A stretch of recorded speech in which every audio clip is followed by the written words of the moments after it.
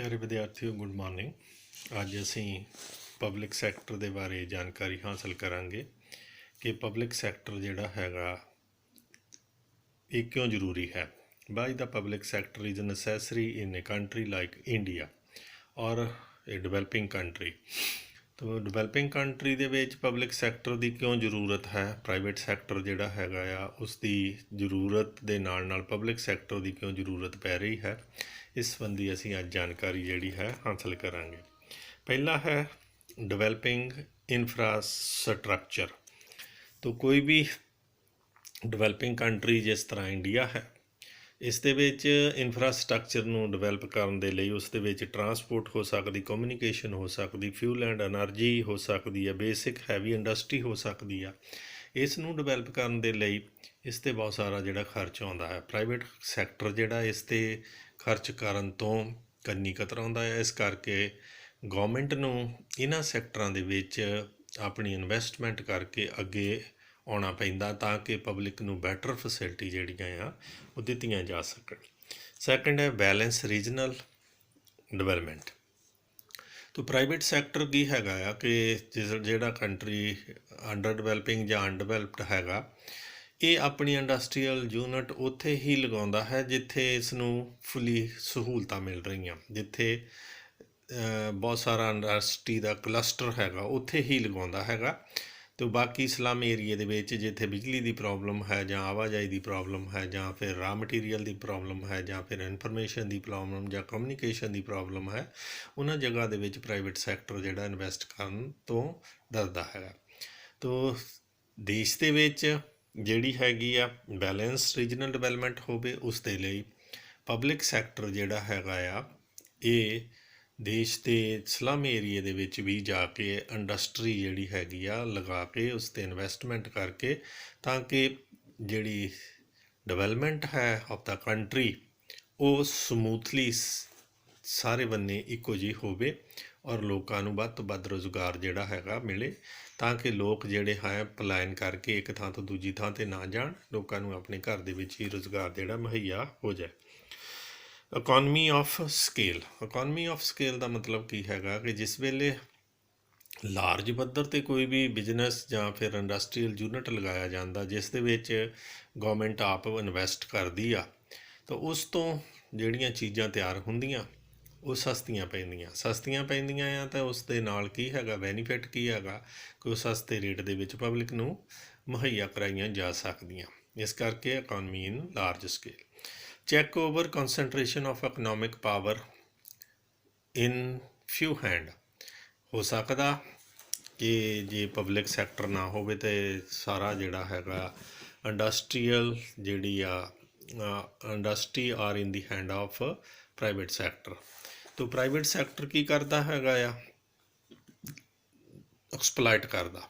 ਐਕਸਪਲਾਇਟ ਦਾ ਮਤਲਬ ਆ ਚੀਜ਼ਾਂ ਦਾ ਰੇਟ ਜਿਹੜਾ ਹੈਗਾ ਉਹਨਾਂ ਨੂੰ ਮਹਿੰਗੇ ਭਾਅ 'ਤੇ ਵੇਚ ਕੇ ਅਤੇ ਜਿਹੜੇ ਵੀਕਰ ਸੈਕਸ਼ਨ ਜਿਹੜੇ ਹੈਗੇ ਆ ਜਾਂ ਫਿਰ ਜਿਹੜੇ ਵਰਕਰ ਹੈਗੇ ਆ ਉਹਨਾਂ ਨੂੰ ਐਕਸਪਲਾਇਟ ਕਰਦਾ ਆ, ਜਿਸ ਦੇ ਨਾਲ ਉਹਨਾਂ ਦੀ ਮੋਨੋਪਲੀ ਜਿਹੜੀ ਹੈਗੀ ਆ ਬਣ ਜਾਂਦੀ ਆ। ਮੋਨੋਪਲੀ ਜੇ ਬਣ ਗਈ ਤਾਂ ਉਸ ਮੋਨੋਪਲੀ ਨੂੰ ਤੋੜਨ ਦੇ ਲਈ ਪਬਲਿਕ ਸੈਕਟਰ ਪਲੇ ਐਨ ਇੰਪੋਰਟੈਂਟ ਰੋਲ। ਉਸ ਤਰ੍ਹਾਂ ਦੀਆਂ ਚੀਜ਼ਾਂ ਪਬਲਿਕ ਸੈਕਟਰ ਦੀਆਂ ਬਣੀਆਂ ਆ, ਗੁੱਡਸ ਐਂਡ ਸਰਵਿਸਿਜ਼ ਜਿਹੜੀਆਂ ਹੈਗੀਆਂ ਲੋਕਾਂ ਨੂੰ ਸਸਤੇ ਰੇਟ 'ਤੇ ਪ੍ਰੋਵਾਈਡ ਕੀਤੀਆਂ ਜਾਂਦੀਆਂ ਤਾਂ ਕਿ ਜਿਹੜੀ ਮੋਨੋਪਲੀ ਹੈਗੀ ਆ ਪ੍ਰਾਈਵੇਟ ਸੈਕਟਰ ਦੀ ਉਸ ਨੂੰ ਤੋੜਿਆ ਜਾ ਸਕੇ। Import substitution.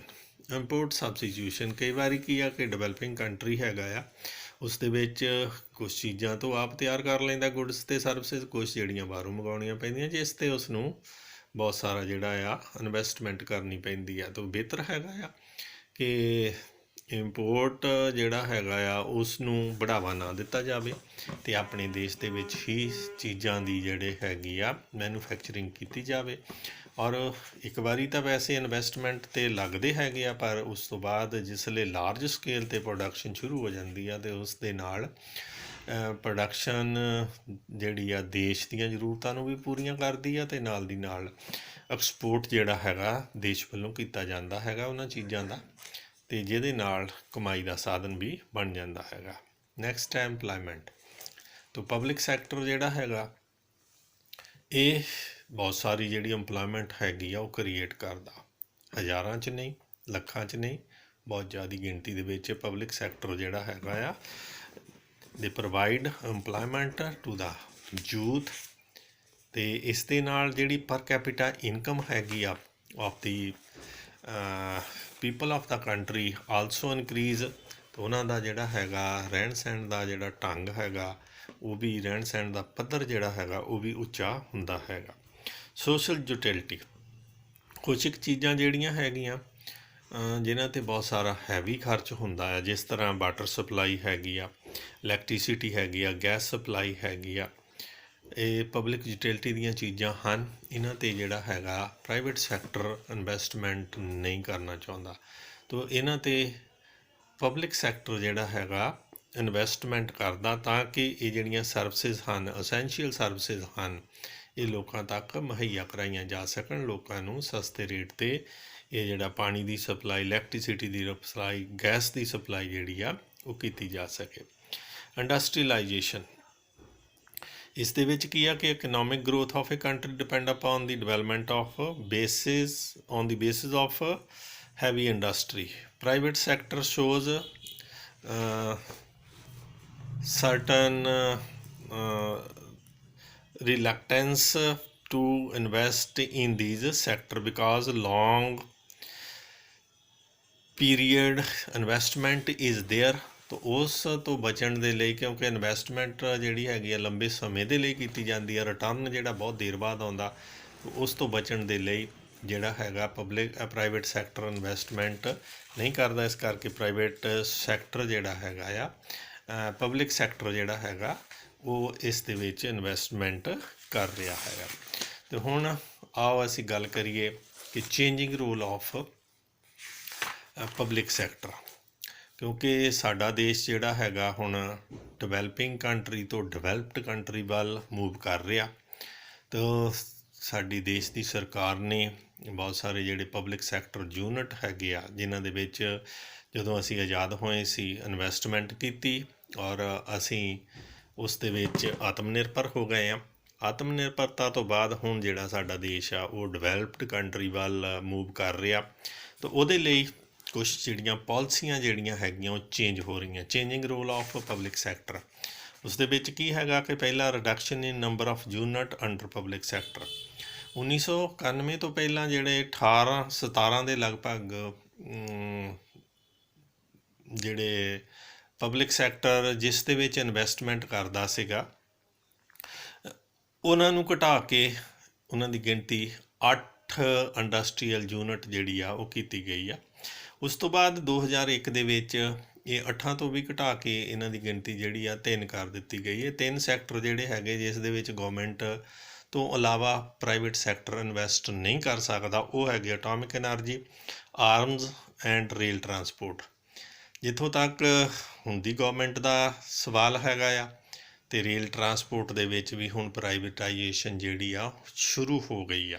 ਤਾਂ ਸਾਡੇ ਕੋਲ ਸਿਰਫ ਅਤੇ ਸਿਰਫ ਹੁਣ ਐਟੋਮਿਕ ਐਨਰਜੀ, ਜਿਸ ਦੇ ਵਿੱਚ ਸਿਰਫ ਗੌਰਮੈਂਟ ਦਾ ਹੀ ਪੈਸਾ ਲੱਗਾ ਆ, ਪ੍ਰਾਈਵੇਟ ਜਿਹੜੇ ਆ ਨਹੀਂ ਇਨਵੈਸਟ ਕਰ ਸਕਦੇ, ਅਤੇ ਦੂਜਾ ਆਰਮਜ਼, ਉਸ ਦੇ ਵਿੱਚ ਜਿਹੜੀ ਹੈਗੀ ਆ ਗੌਰਮੈਂਟ ਦੀ ਹੀ ਹਿੱਸੇਦਾਰੀ ਹੈਗੀ ਹੈ। 2 ਸੈਕਟਰ ਹੀ ਹੁਣ ਸਾਡੇ ਕੋਲ ਬਚਦੇ ਆ।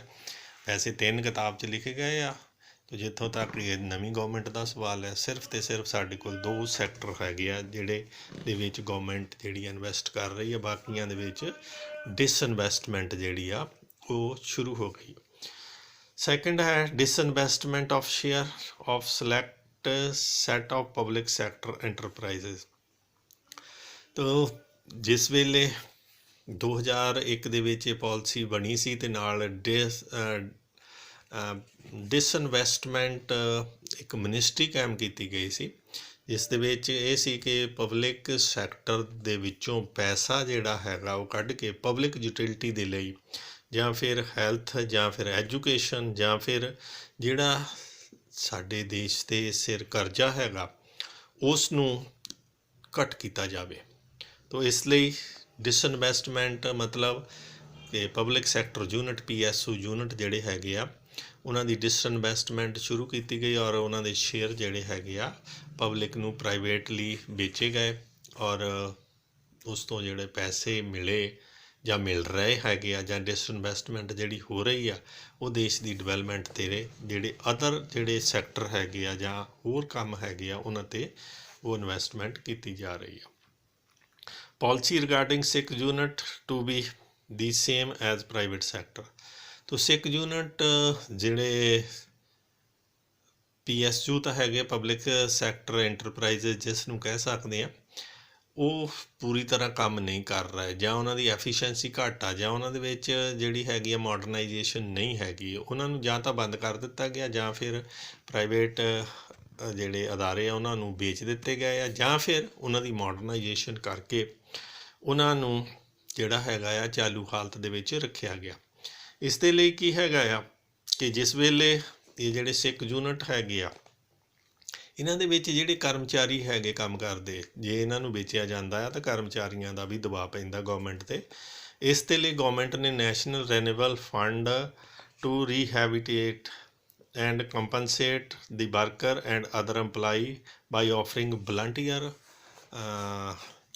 ਰਿਟਾਇਰਮੈਂਟ। BRS ਜਿਹੜੀ ਹੈਗੀ ਆ ਉਹਨੂੰ ਉਤਸ਼ਾਹਿਤ ਕਰਨ ਦੇ ਲਈ ਇੱਕ ਫੰਡ ਕ੍ਰੀਏਟ ਕੀਤਾ ਗੌਰਮੈਂਟ ਨੇ ਤਾਂ ਕਿ ਇੰਪਲਾਈ ਨੂੰ ਜਿਹੜਾ ਹੈਗਾ ਕਿਸੇ ਕਿਸਮ ਦੀ ਤੰਗੀ ਨਾ ਆਵੇ। ਜੇ ਉਹਨਾਂ ਨੂੰ ਨੌਕਰੀ ਤੋਂ ਕੱਢਿਆ ਜਾਵੇ ਤਾਂ ਉਹਨਾਂ ਦੇ ਲਈ ਵਲੰਟਰੀ ਜਿਹੜੀ ਹੈਗੀ ਰਿਟਾਇਰਮੈਂਟ ਸਕੀਮ ਦੇ ਤਹਿਤ ਜਿਹੜੇ ਆ ਉਹਨਾਂ ਨੂੰ ਆਉਣ ਵਾਲੇ ਸਮੇਂ ਦੇ ਲਈ 5 ਸਾਲ ਦੀ ਜਿਹੜੀ ਆ ਤਨਖਾਹ ਇਕੱਠੀ ਦੇ ਦਿੱਤੀ ਜਾਵੇ ਜਾਂ ਫਿਰ ਉਹਨਾਂ ਦਾ ਜਿਹੜਾ ਫੰਡ ਹੈਗਾ ਆ ਉਹ ਉਹਨਾਂ ਨੂੰ ਦਿੱਤਾ ਜਾਵੇ, ਜਿਸ ਦੇ ਨਾਲ ਇੰਪਲਾਈ ਜਿਹੜਾ ਹੈਗਾ ਇਹ ਨਾ ਫੀਲ ਕਰੇ ਕਿ ਮੈਂ ਜਿਹੜਾ ਨੌਕਰੀ ਤੋਂ ਬਾਹਰ ਹੋ ਗਿਆ ਅਤੇ ਮੈਨੂੰ ਜਿਹੜਾ ਆ ਆਉਣ ਵਾਲੇ ਭਵਿੱਖ ਦੇ ਵਿੱਚ ਮੇਰੀ ਜਿਹੜੀ ਜ਼ਿੰਦਗੀ ਆ ਉਹ ਖਰਾਬ ਹੋ ਸਕਦੀ ਹੈ। ਇਸ ਕਰਕੇ ਉਹਨਾਂ ਦੀ ਜ਼ਿੰਦਗੀ ਨੂੰ ਸਮੂਥਲੀ ਚਲਾਉਣ ਦੇ ਲਈ ਇਹ ਫੰਡ ਜਿਹੜਾ ਹੈਗਾ ਰੱਖਿਆ ਗਿਆ।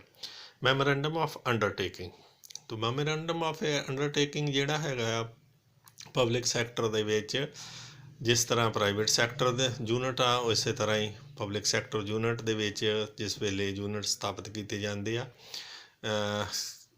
ਮੈਮੋਰੈਂਡਮ ਆਫ ਜਿਹੜਾ ਹੈਗਾ ਅੰਡਰਸਟੈਂਡਿੰਗ ਮੈਮੋਰੈਂਡਮ ਆਫ ਅੰਡਰਸਟੈਂਡਿੰਗ ਜਿਹੜਾ ਹੈਗਾ ਉਹ ਤਿਆਰ ਕੀਤਾ ਜਾਂਦਾ। ਤੋ ਮੈਮੋਰੈਂਡਮ ਆਫ ਅੰਡਰਸਟੈਂਡਿੰਗ ਦੇ ਵਿੱਚ ਕੀ ਹੈਗਾ ਆ ਕਿ ਜਿੰਨੇ ਵੀ ਪਬਲਿਕ ਸੈਕਟਰ ਯੂਨਿਟ ਹੈਗੇ ਆ ਚਾਹੇ ਉਹ ਆਟੋਨੋਮਸ ਹੈਗੇ ਆ ਪਰ ਉਹਨਾਂ ਦੀ ਜਵਾਬਦੇਹੀ ਜਿਹੜੀ ਹੈਗੀ ਆ ਰਿਸਪੈਕਟਿਵ ਮਿਨਿਸਟਰੀ ਨੂੰ ਬਣਦੀ ਹੈਗੀ ਆ। ਤੋ ਉਹਨਾਂ ਦੇ ਲਈ ਮਿਨਿਸਟਰੀ ਵੱਲੋਂ ਇੱਕ ਟਾਰਗੇਟ ਦਿੱਤਾ ਜਾਂਦਾ, ਇੰਟਰਫੀਰੈਂਸ ਨਹੀਂ ਕੀਤਾ ਜਾਂਦਾ ਪਰ ਟਾਰਗੇਟ ਦਿੱਤਾ ਜਾਂਦਾ ਕਿ ਤੁਸੀਂ ਸਾਲ ਦੇ ਵਿੱਚ ਆਹ ਕੰਮ ਜਿਹੜਾ ਹੈਗਾ ਉਹ ਕਰਨਾ ਹੈਗਾ। ਤੋ ਇਹ ਸਨ ਕੁਛ ਇੱਕ ਜਿਹੜੇ ਹੈਗੇ ਆ ਚੇਂਜਿੰਗ ਰੋਲ ਦੇ ਸੰਬੰਧ ਦੇ ਵਿੱਚ ਕੁਛ ਪੁਆਇੰਟ ਜਿਹੜੇ ਤੁਹਾਡੇ ਨਾਲ ਡਿਸਕਸ ਕੀਤੇ। ਪਿਆਰੇ ਵਿਦਿਆਰਥੀਓ, ਇਸ ਵੀਡੀਓ ਨੂੰ ਧਿਆਨ ਦੇ ਨਾਲ ਦੇਖਿਆ ਕਰੋ ਔਰ ਉਸ ਤੋਂ ਬਾਅਦ ਦੇਖਣ ਤੋਂ ਬਾਅਦ ਜਿਹੜਾ ਤੁਹਾਨੂੰ ਕੰਟੈਂਟ ਭੇਜਿਆ ਜਾਂਦਾ ਉਸ ਨੂੰ ਧਿਆਨ ਨਾਲ ਪੜ੍ਹ ਕੇ ਉਸ ਨੂੰ ਆਪਣੀ ਕਾਪੀ 'ਤੇ ਲਿਖਿਆ ਕਰੋ ਅਤੇ ਉਹ ਕਾਪੀ ਦੇ ਜਿਹੜਾ ਲਿਖਿਆ ਆ ਉਹ ਮੈਨੂੰ ਵੀ ਭੇਜਿਆ ਕਰੋ ਤਾਂ ਕਿ ਮੈਂ ਉਹਦੀ ਸਮੇਂ-ਸਮੇਂ 'ਤੇ ਚੈਕਿੰਗ ਕਰ ਦੇਵਾਂ। Thank you and have A nice day.